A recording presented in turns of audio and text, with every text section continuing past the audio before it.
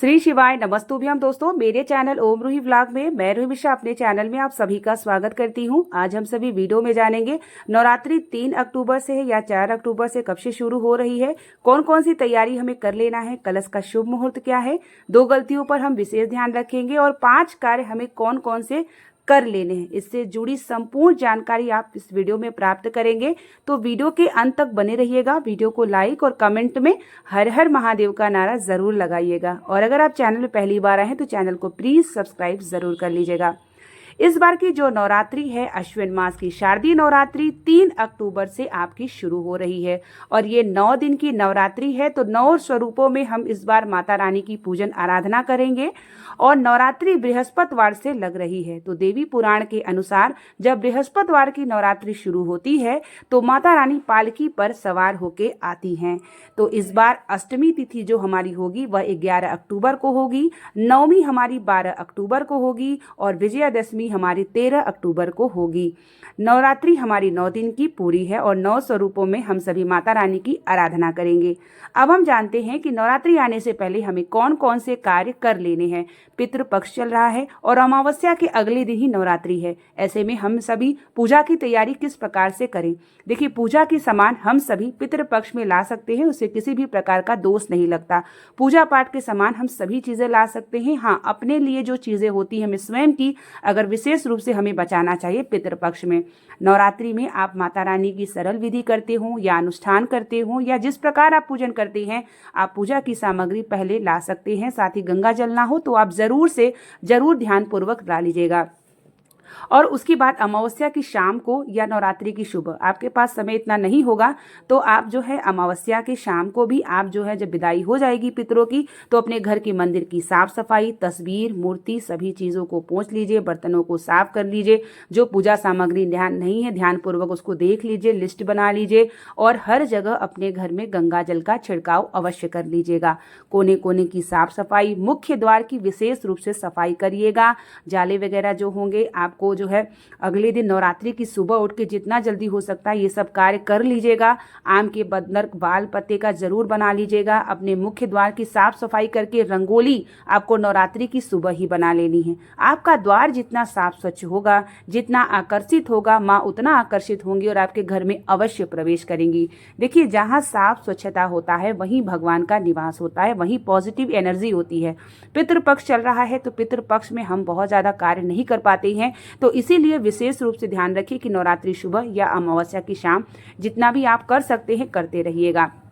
साथ ही आपको अपने वस्त्र, जैसे 9 दिन नवरात्रि का है तो आपको ऑरेंज यानी गुलाबी, आप जो है नारंगी, लाल, पीला, इन सभी कलर के वस्त्र पहन के पूजन करिएगा। तो ये सभी कपड़े अपने ध्यान पूर्वक देख लीजिएगा, उसको कैसे क्या आपको करना है, कब पूजा करना है, क्या पहनना है। सुबह शाम दोनों समय आपको कपड़े बदलने होंगे, तो ये सभी भी ध्यान पूर्वक आप अपना देख लीजिएगा। साथ ही पितृपक्ष में जो है लहसुन प्याज तो वैसे भी बहुत सारे घरों में नहीं बनाया जाता, लेकिन जो लोग करते हो तो नवरात्रि 9 दिन में भी आप विशेष रूप से ध्यान रखिएगा कि आपके घर में लहसुन प्याज अगर हो तो उसे बाहर कर दीजिएगा और लहसुन प्याज के बिना आपके घर में सात्विक भोजन होना चाहिए, क्योंकि नवरात्रि 9 दिन हमारे माता रानी हमारे घर में प्रवेश होती है तो उसका ध्यान हमें जरूर रखना है। अब हम जानते हैं कलश स्थापना शुभ मुहूर्त, जो कि आपकी 3 सितंबर सुबह 6:15 से 7:22 तक। कलश स्थापना का 2 समय है, एक सुबह है, जो लोग सुबह करना चाहे वो इस समय कर सकते हैं, दोपहर का आगे मैं बताने वाली हूँ आपको।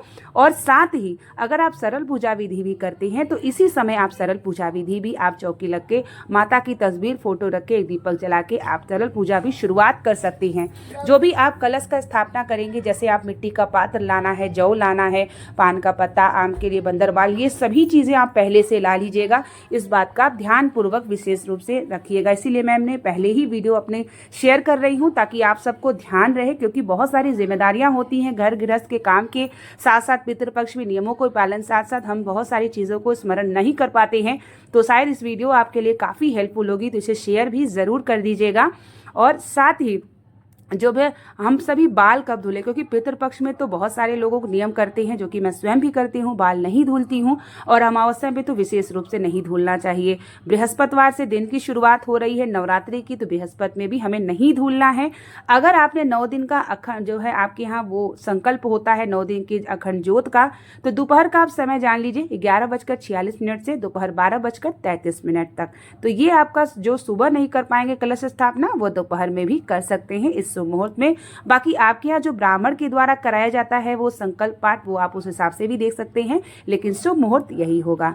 तो जो भी लोग बाल अगर नहीं धुल पाते हैं, जो लोग 9 दिन का अखंड उनके यहाँ पाठ होता है, ज्योत जलता है, तो देखिए उन्हें नियमों का पालन करना होता है। उन्हें 9 दिन तक बाल, साबुन, तेल, ये सभी चीज़ें हैं इस्तेमाल नहीं करनी होती है, तो ये नियमों में आपको करना होता है।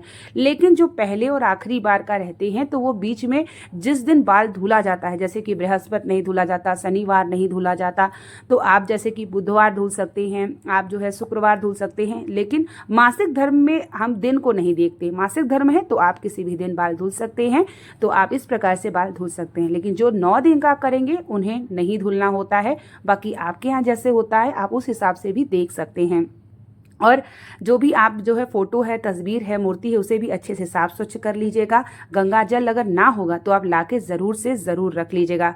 माता रानी की जो भोग होते हैं, जैसे कि बतासा, मेवे का भोग, मिश्री का भोग, ये सभी चीज़ों को लाके, ड्राई फ्रूट्स वगैरह जो भी चीज़ें हैं अपना अपना लाके सब चीज़ों को ध्यानपूर्वक रख लीजिएगा, ताकि आपको आसानी हो और अगले दिन सुबह उठ के आप साफ़ सफाई करने के बाद आप पूजन कर सकें। बहुत सारे लोगों के मन में होता है कि आप पितृपक्ष में हम पूजा की सामान तो बिल्कुल ला सकते हैं, पूजा पाठ में कोई रोक नहीं होता, ना उनके सामान लाने में कोई रोक होता है। हमारे पितृ देवता भी होते हैं और हमारे भगवान भी देवता हैं, तो दोनों देवता हैं, तो ऐसा कोई दिक्कत नहीं है कि आप भगवान की सामान लाने में कोई हो, क्योंकि अगले दिन ही माता रानी हमारी प्रवेश करती हैं। तो ऐसे में सब कुछ चीज़ों को हम सभी के घरों में तैयारियां पहले से होती हैं, तो आप सभी पहले तैयारियां जो जैसे करता है वो उस हिसाब से अपनी तैयारियां कर सकते हैं।